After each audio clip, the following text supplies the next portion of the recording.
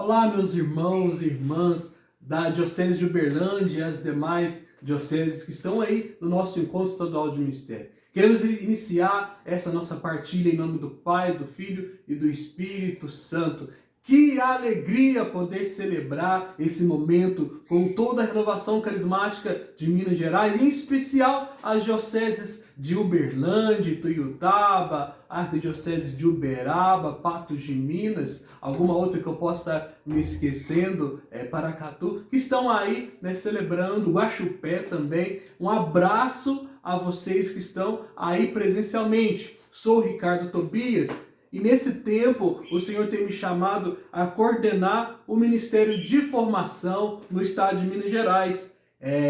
Sou casado com a Pâmela, pai do Lohan e pai da Lívia. E aqui na minha Diocese de Oliveira, eu coordeno um grupo de oração, na minha cidade de Ribeirão Vermelho. E com muita alegria, estou aqui trazendo uma palavra para vocês. Não pude estar presente para poder abraçar vocês, ouvir vocês, poder partilhar da vida, partilhar do ministério, mas estou com o coração unido a vocês. Estou totalmente unido a vocês neste momento em que nós preparamos com muito carinho, já encerrando esses 3 encontros de formação que tivemos em Montes Claros. Estive presente em Sete Lagoas também, e Uberlândia, infelizmente não pude estar presente, me justifico por problemas particulares, que eu não pude de fato estar presente aí com vocês, mas o meu coração está. Mas eu quero trazer uma palavra para vocês.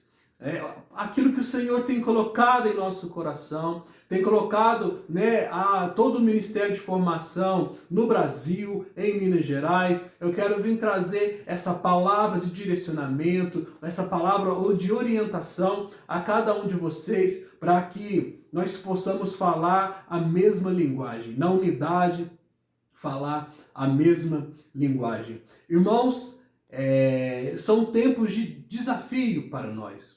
São tempos em que nós de fato estamos percebendo o quanto nós estamos sendo exigidos, seja nas nossas situações particulares, e vocês são prova de tantas as tribulações, dificuldades que nós temos enfrentado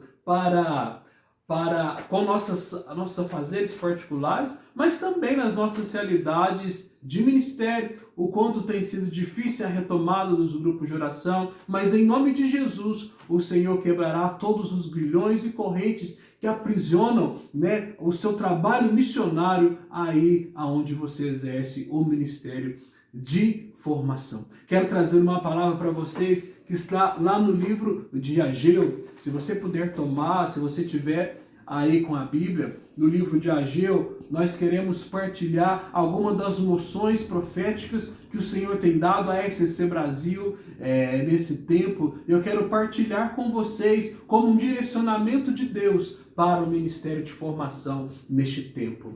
Ora, no livro do Ageu, profeta Ageu, nós encontramos ali um livro muito pequeno, mas nós encontramos ali alguns oráculos, algumas palavras que Deus direciona àquele povo. Interessante perceber que essas palavras são direcionadas a 2 pessoas em especial, a Josué e Zorobabel, um líder religioso e um líder civil, justamente porque as pessoas estavam voltando do exílio, retomando as suas atividades, e quando eles retomaram as suas atividades, eles começaram a se preocupar demasiadamente com os seus afazeres particulares, deixando a reconstrução do templo de lado. E isso se assemelha muito ao que nós estamos vivendo. Nós temos percebido uma realidade entre os servos e o povo de Deus em geral, de uma preocupação demasiada na reconstrução da sua vida,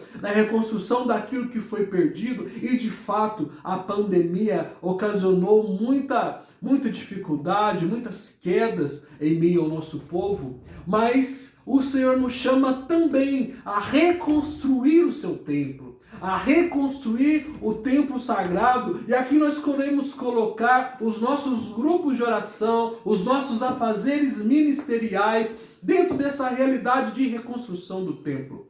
O povo voltou, reconstruiu as suas casas. E da mesma forma, hoje nós percebemos as pessoas se preocupando com as suas coisas, com os seus particulares, e colocam de lado, e meio que colocam, à margem a continuação do trabalho que já havia sido iniciado. E a profecia de Ageu é exatamente nesse sentido. Ela começa dizendo, no capítulo 1, versículo 9, lá no finalzinho do versículo 9, vou pegar no início, ela diz o seguinte: esperastes uma abundante colheita e esta foi magra. Dissipei com um sopro o que querias armazenar. Por quê? Oráculo do Senhor. E aqui o Senhor vai dizer primeiro a nós, meus irmãos. Eu gostaria que você colocasse essa palavra no coração. Porque minha casa está em ruínas, enquanto cada um de vós só tem cuidado da sua. Uma primeira palavra de exortação do Senhor. Nós temos cuidado de nossas coisas e as coisas de Deus têm ficado de lado. E aí eu quero colocar o Ministério de Formação, quero colocar o nosso grupo de oração diante dessa realidade. Nós precisamos retomar, precisamos colocar, a obra de Deus também no meio das nossas prioridades. Não que não devamos reconstruir as nossas coisas, mas nós sabemos que enquanto cuidamos das coisas do Senhor, o Senhor de fato tem cuidado das nossas. E assim o Senhor dá uma segunda palavra àquele povo. Já no versículo 2, no capítulo 2, ele dá um segundo oráculo. Lá no versículo 9, ele vai dizer, no versículo 4, melhor dizendo: todavia, ó Zorobabel, tem ânimo, diz o Senhor, coragem, filho de Josedeque, sumo sacerdote, coragem todos vós, habitantes da terra, diz o Senhor, mãos à obra, eu estou convosco. Essa é a palavra do Senhor de coragem e ânimo para você, formador. Mãos à obra, o Senhor caminha conosco. O Senhor está conosco, o Senhor não nos abandonou em momento algum. Por mais que a situação esteja caótica e difícil, por mais que o recomeço tenha exigido de nós um algo a mais, por mais que o recomeço tenha exigido de nós um algo a mais, o Senhor nos promete, nessa aliança que Ele fez conosco, Ele permanece caminhando com cada um de nós, mas exige de nós coragem, força e ânimo. E essa palavra continua dizendo que o esplendor dessa casa sobrepujará ao da primeira. Confiamos assim no Senhor, o dono da messe, o dono da obra, e Ele quem vai operar maravilhas em nosso meio. Um terceiro oráculo, o Senhor vem dizer, ainda no capítulo 2, versículo 18. Prestai atenção, vede se o grão falta ainda no celeiro, se a vinha, a figueira, a romanceira, a oliveira continuam produtivas, porque a partir deste dia derramarei minha bênção. É a consequência do trabalho do Senhor, os frutos. Aliás, já é uma promessa do Senhor. Olhai os lírios do campo, olhai como estão brancos as pastagens, estão prontos para a colheita, mas basta a gente ir em missão. E por fim, o Senhor no seu último oráculo vem dizer a nós, no capítulo 2, naquele dia, oráculo do Senhor, eu te tomarei, ó Zorobabel, filho de Salatiel, meu servo, oráculo do Senhor, e te conservarei como se conserva um sinete, porque é a ti que eu escolhi. Essa é a palavra do Senhor a nós. Foi a nós que o Senhor escolheu para este tempo, para este recomeço, para essa pandemia. Foi a mim, foi a ti, lá no seu campo de trabalho, lá no seu campo missionário, lá no seu grupo de oração. Foi para este tempo e para você que o Senhor chamou. E o Senhor irá te conservar no fim de tudo, igual Ele conserva um sinete. Essas são palavras que o Senhor tem para nós e que eu queria partilhar para você e que você pudesse colocar ela no coração e meditá-la ouvindo colocá-la em prática. Irmãos, são tempos desafiadores, mas o Senhor tem contado conosco. E o Senhor fará levantar pessoas pelo sim que você tem dado. Pelo sim que você tem dado, irmãos. Quero ainda continuar trazendo algumas outras palavras de direcionamento em cima daquilo que a RCC Brasil, de uma forma geral, tem partilhado, né, nesse tempo, nesse ano de 2022, sobre algumas palavras, né, que são direcionamento para nós. E antes de entrar nessas palavras, eu queria resgatar um texto muito propício para este nosso encontro, que está lá em Lucas 1,17, em que diz o seguinte: quando Ananias, né, profeticamente vai dizer de seu filho João Batista, né, dizendo daquele menino que viria para andar à frente do Senhor. E olha, qual é a missão que o Senhor dá a João Batista? Mas ele dá a cada um de nós, formadores do estado de Minas Gerais. Irá diante de Deus com espírito e poder de Elias, para reconduzir os corações dos pais aos filhos e os rebeldes às sabedorias dos justos. E importante, para preparar um povo bem disposto.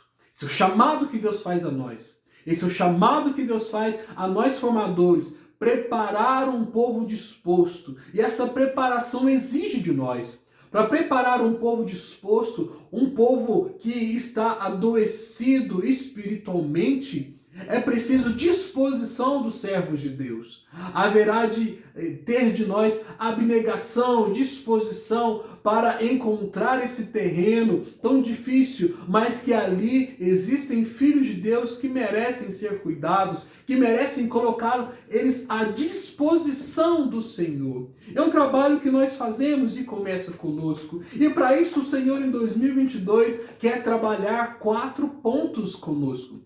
4 palavras importantes que eu e você precisamos colocar na mente, colocar no coração, colocar em nossas atividades, para que nós possamos então caminhar com aquilo que Deus quer fazer dentro da RCC no Brasil. E essas palavras são unidade, discipulado, pastoreio e missão. Unidade, discipulado, pastoreio e missão. Falando de cada uma delas, nós podemos dizer primeiro sobre a unidade. Importante primeiro conceito a nós aqui, enquanto Ministério de Formação. A profecia que foi dada em abril de 2021, o Senhor dizia: para vocês vencerem este tempo de crise e projetarem a RCC para o futuro promissor, é preciso que aperfeiçoem a unidade. E aqui essa profecia dada ao Brasil para aperfeiçoar a unidade, isso gera em nosso coração uma certeza de que, para que nós consigamos construir a unidade, é necessário aperfeiçoar, é necessário fazer de tudo para que a unidade seja ajustada, né? Ir como que contornando e ajustando detalhes, arestas, né? Colocando perfeito aquilo que o Senhor tem dado a nós. Mas o importante é que esse aperfeiçoamento da unidade gera em nós um impulso para construir o nosso movimento para daqui a alguns anos. É projetando lá na frente, mas construindo aqui agora, aperfeiçoando, ajustando algumas coisas entre nós para que nós possamos olhar lá na frente. E como é especial falar em projeto, em projeção, em projetar com o Ministério de Formação.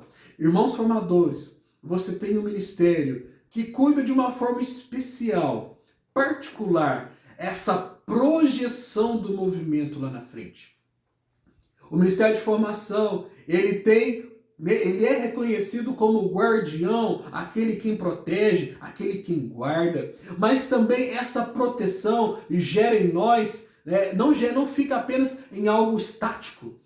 O Ministério de Formação não é estático, como uma estátua colocada ali à frente para guardar, ou um soldado que somente fica plantado ali na frente guardando algo. Mas não, o Ministério de Formação também, ele é chamado e conduzido a pensar o movimento lá na frente com ações locais, com ações atuais. Sim, nós precisamos projetar o movimento na frente. E esse é um trabalho que cabe a você, meu irmão. Você precisa tomar consciência do ministério que Deus te deu. Um ministério estratégico. Não melhor do que outro nenhum, mas tem uma moção, tem um perfil, uma identidade toda dele. E nós precisamos acolher no coração essa vontade do Senhor de que nós possamos projetar. Isso acontece de diversas formas. Como, por exemplo, lá no seu grupo de oração, quando você vai ministrar o ensino, quando você ajuda o seu coordenador, seja diocesano, seja de setor, seja de grupo de oração, a planejar a formação, você está pensando o movimento e projetando ele lá na frente. Servos bem treinados, bem formados, irmãos que caminham ali, que decidiram viver uma vida santa. Você está projetando vida de pessoas e ajudando a projetar o movimento no futuro. Veja quão importante é o seu ministério. E por isso, o nosso ministério precisa caminhar na unidade. Na unidade.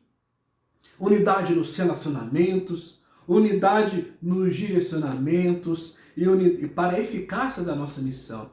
Irmãos, nosso ministério, ele precisa estar enraizado com o que a doutrina do nosso movimento diz.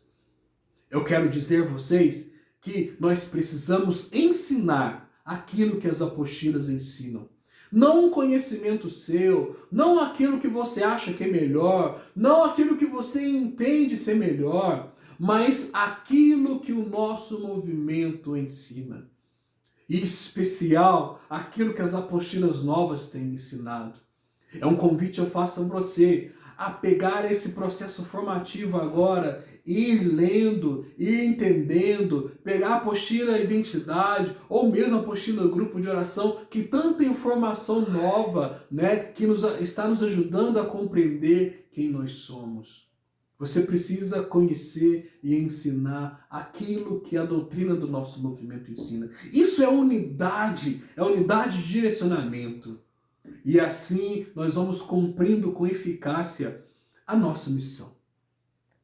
Uma outra palavra que o Senhor dá a nós é discipulado. Olha só o que o documento de Aparecida, no número 132, vai dizer. Com a parábola da videira e dos ramos, Jesus revela o tipo de vínculo que ele oferece e que espera dos seus. Não quero um vínculo como servos, porque o servo não conhece o que faz o seu senhor. O servo não tem entrada na casa do seu amo, muito menos em sua vida. Jesus quer que os discípulos se vinculem a ele como amigo e como irmão. O amigo ingressa em sua vida fazendo a própria. Nós precisamos tomar consciência que somos amigos do Senhor. Às vezes, pela correria das nossas atividades, em especial o Ministério de Formação, por tantas atividades executarem durante a semana e no final de semana, na verdade a sua agenda é cheia, né, irmão? Na verdade, a sua agenda é bem apertada. E às vezes nós corremos o risco de virar um servo no sentido da palavra de escravo.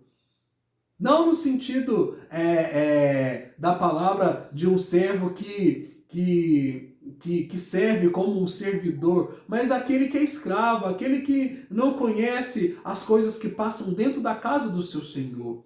Mas ele somente cumpre obrigações. Irmãos, nós não podemos virar escravo do nosso movimento ou um simples funcionário da Renovação Carismática Católica. Nós precisamos ser amigos de Deus. Amigo que conhece lá dentro. E, aliás, o profeta é aquele quem consegue tirar as palavras de dentro do coração de Deus e trazer para a comunidade. Assim precisa ser o formador, um profeta, aquele que tem intimidade com o coração de Deus, aquele que conhece aquilo que está no coração de Deus, pela sua vida de oração, pela sua vida pura, sua vida casta. E assim ele vai se entregando ao Senhor de tal forma que ele conhece tudo que está no coração do seu Senhor. Nós somos chamados a ser discípulos e levar as pessoas a ter intimidade com o Senhor. Veja que importante, as pessoas encontram com o Senhor, mas eles veem o seu rosto. As pessoas vão fazendo aquela metanoia, aquela transformação de mentalidade, mas eles veem você.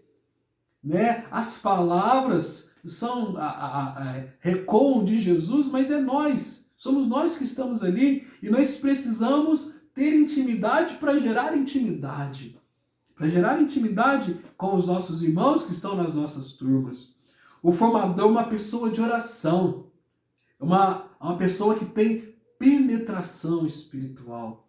E interessante, é uma pessoa de discernimento que ajuda inclusive as pessoas no discernimento vocacional, no seu discernimento de ministério. Veja quão importante é um formador na vida do grupo de oração. E você é chamado a executar o seu ministério lá no seu grupo de oração. Ora, quanto mais próximo a formação estiver do grupo de oração, mais eficiente o nosso ministério vai ser. Por isso o Senhor há tempo tem chamado e pedido para que cada grupo de oração tenha, no mínimo, 2 formadores, justamente para que a formação aconteça o mais próximo possível do grupo de oração. Mas e se no meu grupo de oração não tiver formador, ou não tiver uma estrutura para dar formação, então nós acionamos a instância imediatamente superior. Talvez seja paróquia ou região. E se ali ainda não tiver, aí nós acionamos a instância imediatamente superior. Mas o fato é que, quanto mais próximos nós estivermos do grupo de oração, mais eficaz vai se tornar o ministério de formação. O formador, para nós, é preciso ter direcionamento da parte de Deus. E não apenas pegar There's no internet connection right now because you're in airplane mode. PowerPoints prontos, PowerPoints que já estão prontos e a gente vai somente conduzir a partir dali. Não, mas nós precisamos ouvir o Senhor, ter direcionamento da parte de Deus para isso. Um outro ponto é o pastoreio, né? Olha a homilia do Papa Francisco do ano de 2020, né? Na Páscoa de 2020, no tempo pascual, olha o que ele vai dizer. O bom pastor é manso.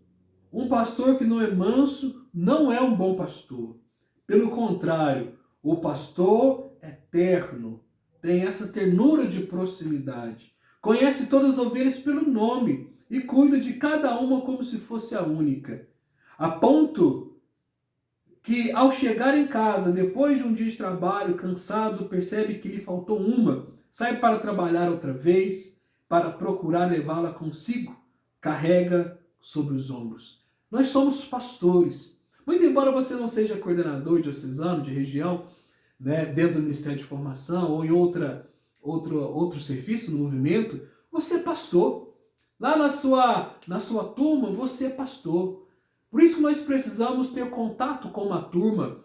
E é importante que as turmas não sejam, não tenha uma referência. É preciso ter referência. É preciso ter um formador responsável por uma turma. Né? Não é apenas como se fosse uma faculdade, né? Em que entra e sai professor, entra e sai um formador, sem que a turma se apegue, nem sem que a turma tenha um olhar vibrante em cima de um formador. É preciso que cada formador como que adote ou responsabilize por turmas, porque ele é pastor daquela turma. E o pastor, ele tem ternura. Se ele percebe alguém fugindo, alguém saindo, ele desloca, vai até ela, com carinho, cuida, ama e traz de volta para o processo formativo. O pastor providencia água e bom pasto para as ovelhas. Ele providencia o melhor e nós conduzimos dentro desse vaso de barro que somos nós, um precioso tesouro. O pastor também protege as ovelhas dos ladrões. Ele protege, né, das falsas doutrinas, dos ladrões que têm, de uma forma tão cruel, aproximado das nossas ovelhas. O pastor tem chamado para a liderança e ele disciplina, cuida para que as ovelhas não dispersem. Por fim, nós somos chamados a sair em missão. O documento de Aparecida diz de uma forma tão assertiva a nós: a vida se acrescenta, dando-a se enfraquece no isolamento.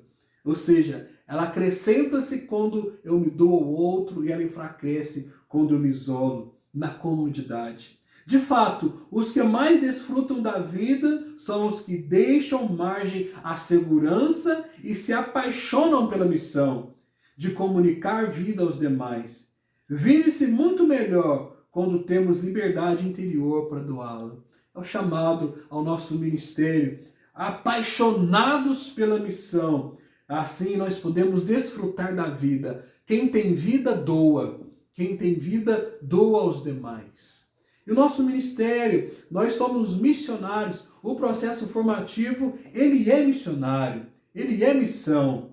Nós precisamos, nesse tempo de dificuldades, de dioceses que estão ainda caminhando no início do processo formativo, nós precisamos estabelecer ajudas. Grupos de oração ajudando o grupo de oração, diocese ajudando diocese. Eu chamo vocês aí do Triângulo Mineiro a fazer o expresso formativo do Triângulo Mineiro. Que alegria é diocese que tem mais facilidade ajudando diocese que não tem facilidade, que tem dificuldade. Como seria mais proveitoso para todos nós essa unidade do Estado de Minas Gerais, um ajudando ao outro. Se o grupo de oração tem possibilidade de formador e o outro não tem, por que não ajudá-lo? Se a minha diocese tem facilidade com formadores e eu vejo uma diocese vizinha que ainda não tem, por que eu não posso ajudá-lo? Nós somos chamados nesse tempo missionário a ajudar aqueles que estão fracos, estabelecer ajuda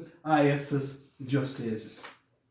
Por fim, meus irmãos, encerrando essa minha palavra a vocês, quero trazer algo que nós precisamos abordar e vocês precisam, tão logo tenham condições, peguem a apostila Grupo de Oração, a apostila 3, Grupo de Oração nova, ela está até bem extensa, está bem aprofundada, ela fala bastante de diversos temas. Pegue a sua apostila e leia. Talvez o exercício que eu dou para vocês nesse tempo. Ler a apostila Grupo de Oração para que vocês possam também ensinar depois. E lendo ela, e também aquela pequena apostila que fala de orientações aos núcleos de serviço, você vai perceber qual o direcionamento que Deus tem dado para nós quando nós vamos falar de tema do grupo de oração. O que quer dizer isso? Quando o núcleo se reúne e ali ele vai buscar do Senhor o direcionamento para a reunião de oração, o Senhor vai dizer ao núcleo de serviço, vai dar moções, palavras de ciência, palavras de sabedoria, discernimento dos espíritos, vai dar visualizações, vai dar até canções, e ali então o núcleo ele é convidado a entender aquilo que o Senhor está falando, porque nós sabemos que a reunião de oração é o transbordar do núcleo, ou seja, a experiência do núcleo transborda, de tão preciosa que ela transborda e vira uma reunião de oração e bebe, a reunião de oração bebe daquilo que o núcleo bebeu. Então, quando eles vão ali recebendo moções, eles precisam então ter um trabalho de traduzir uma frase que represente tudo isso que o Senhor falou. Qual é o nome correto que nós damos para essa frase? Qual é o nome correto que nós damos para esse título da pregação? O nome correto que nós damos é tema. Sim, o nome correto é tema. Está lá na apostila. Nós damos o nome a esse conjunto de emoções. Primeiro ponto, o que é emoção? É cada uma das visualizações, dons que o Senhor revelou ali, dos discernimentos, cada uma dessas coisas nós chamamos de emoção, né? A emoção, o Senhor deu uma palavra, outra moção, uma palavra de sabedoria, uma palavra de ciência. Nós chamamos isso a cada uma dessas coisas que o Senhor mostrou, nós chamamos de moção. O agrupamento dessas moções, quando a gente reúne essas moções e vai então discernir aquele ponto principal, então nós chamamos como título da pregação, o nome correto é tema. Tema. Tema é o nome correto. Mas, Ricardo, o que é rema? Olha, rema é aquela palavra dentro da Escritura, e lembrando, o tema a gente pode tanto usar a Escritura para retirar aquela frase, como também algo que o Senhor inspirou ao núcleo de serviço, que não seja da palavra. Agora, o rema é dentro daquela palavra que o Senhor deu, aquelas palavras que o Senhor deu à equipe, ao núcleo. O pregador, então, vai perceber dentro daquilo o que é que mais chama atenção, aonde o Senhor está direcionando aquela pregação. Aí nós chamamos de rema. Sim, o rema interessa ao pregador. A equipe do núcleo, não. A equipe do núcleo, ela precisa discernir aquelas moções que foi dada, qual é o tema. Então, quando a equipe do núcleo de serviço reuniu as moções e definiu o tema, ele então vai pegar aquilo e distribuir aos ministérios. Ministério de pregação, intercessão, música, oração por libertação, a acolhida, a promoção humana, e todos trabalharão em unidade em cima do tema. Só que o pregador, quando ele for pegar a palavra, ele vai perceber que alguma daquelas palavras saltam aos seus olhos como um direcionamento de Deus para aquela pregação. E isso nós damos o nome de rema. O rema, então, importa ao pregador. Quero trazer isso para vocês, para que vocês iniciem uma reflexão àquelas dioceses que ainda não fazem isso, que tem um nome diferente, que tem uma história diferente de conduzir isso. Nós não estamos aqui para dizer a vocês que estavam certo ou errado, até mesmo porque existiam alguns ensinos assim, mas para dizer agora que nós precisamos caminhar na unidade. Digo a vocês, formadores, em Minas Gerais só se tem uma palavra de unidade. Nós seguimos aquilo que está na apostila e eu convido vocês a conosco a fazer esse grande movimento de unidade, aperfeiçoar na unidade. Existe trabalho meu, existe trabalho seu, eu tenho certeza que Deus está nos acompanhando nesse processo. Um grande abraço a vocês. Desejo a vocês um santo dia, que Deus possa abençoar o seu ministério, o seu grupo de oração, a sua casa. Eu tenho certeza que Deus está cuidando de cada um de nós. Mãos à obra, porque o Senhor está conosco.